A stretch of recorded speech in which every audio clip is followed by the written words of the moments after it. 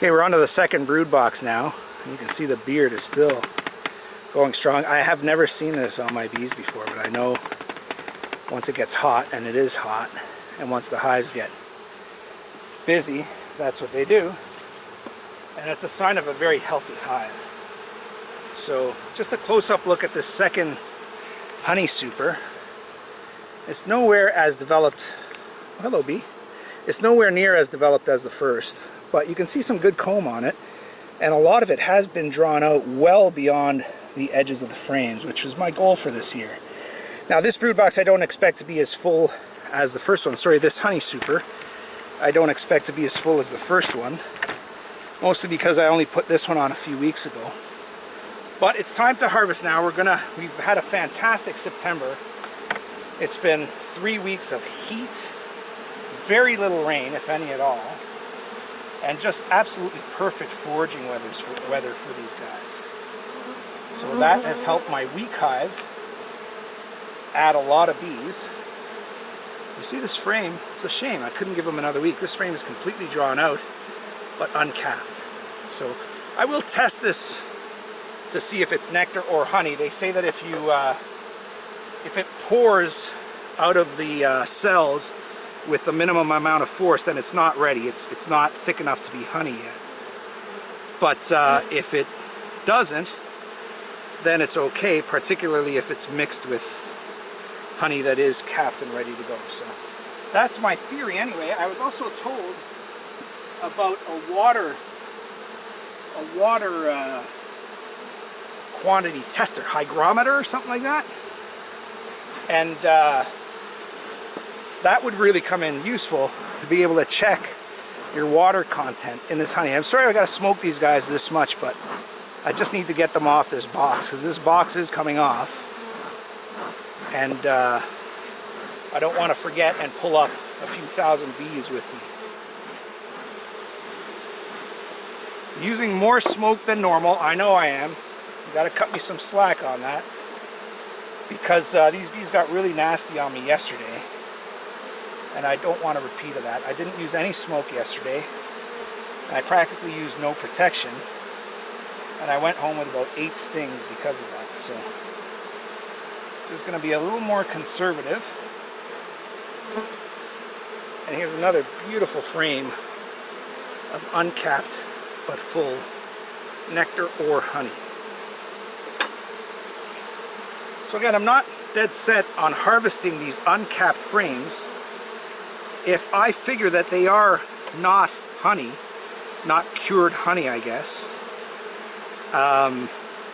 Then I'll just bring them back here and either set them up as feeders, maybe on my weak hive, although I'm a little worried about robbing on that hive, or I may just set them out as communal feeders to let all the bees have at them and redistribute the nectar as they see fit. Certainly won't go to waste. I'll figure that out in the next couple of days. So hoping to start to see capped honey, although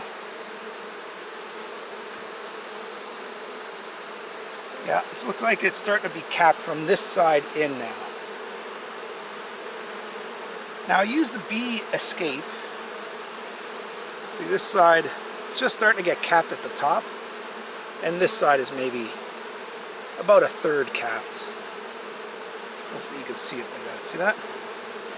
So there are fewer bees in here than I thought there would be. I only left the escape on for like 30 hours. So generally it suggests you leave them on for at least 2 days to allow the bees to move away. So I think there are fewer bees in these supers than had I not put the bee escape on. So I'd say overall it's a good thing to use it. And I haven't felt that there are enough bees that I need to shake the frames off. Again, I want to avoid the shaking the frames just to get fewer bees in the air.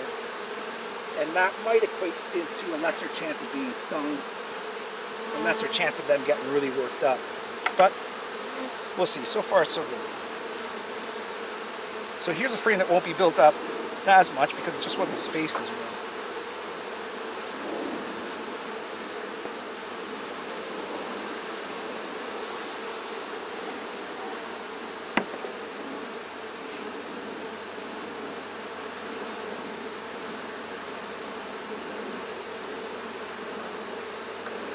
Okay. Oh man, got a frame full of brood here. Look at that. Brood on this side and a lot of brood on this side. Okay, so that means I'm going to have to do something a little different. I'm going to have to diverge from my plan here. I don't want to kill that much brood. So I'm going to put that frame back in. Take a look at the next frame. And that's what happens when you don't use a honey excluder. Those are the air cadets gliding up there. Check it out. Whoops.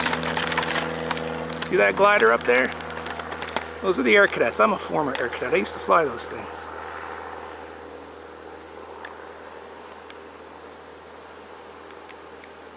Anyway, I digress. Where were we? Bees, right? Yes, brood in the honey super. That's the risk you take when you don't use a queen excluder. And I didn't use one, and I haven't used one because I did use one last year. And the bees just weren't coming up at all. So I elected not to use one, ran the risk. Last week there was no brood on there, I can tell you that for sure.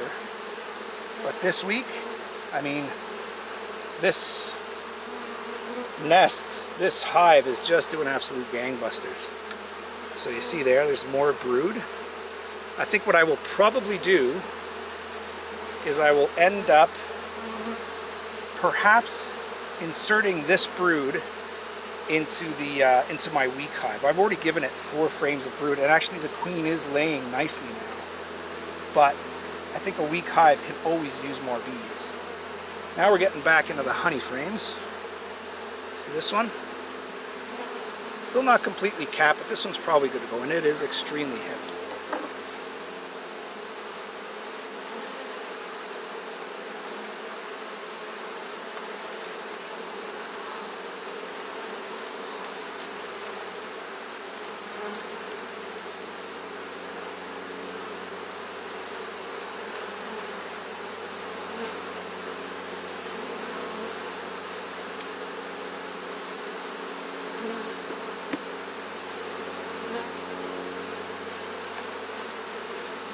Okay, a couple more to go. It looks like these are all honey frames, but they're not completely capped off. So we'll have a look-see, and I'll probably test them at home to see if it's usable honey. And if it isn't, I'll bring it back and let the bees use it. And if it is, I will keep it, and I will use it. I'm going to shut off the film now, because it's just getting to be long, and I want to make this the entire process of processing this honey, okay?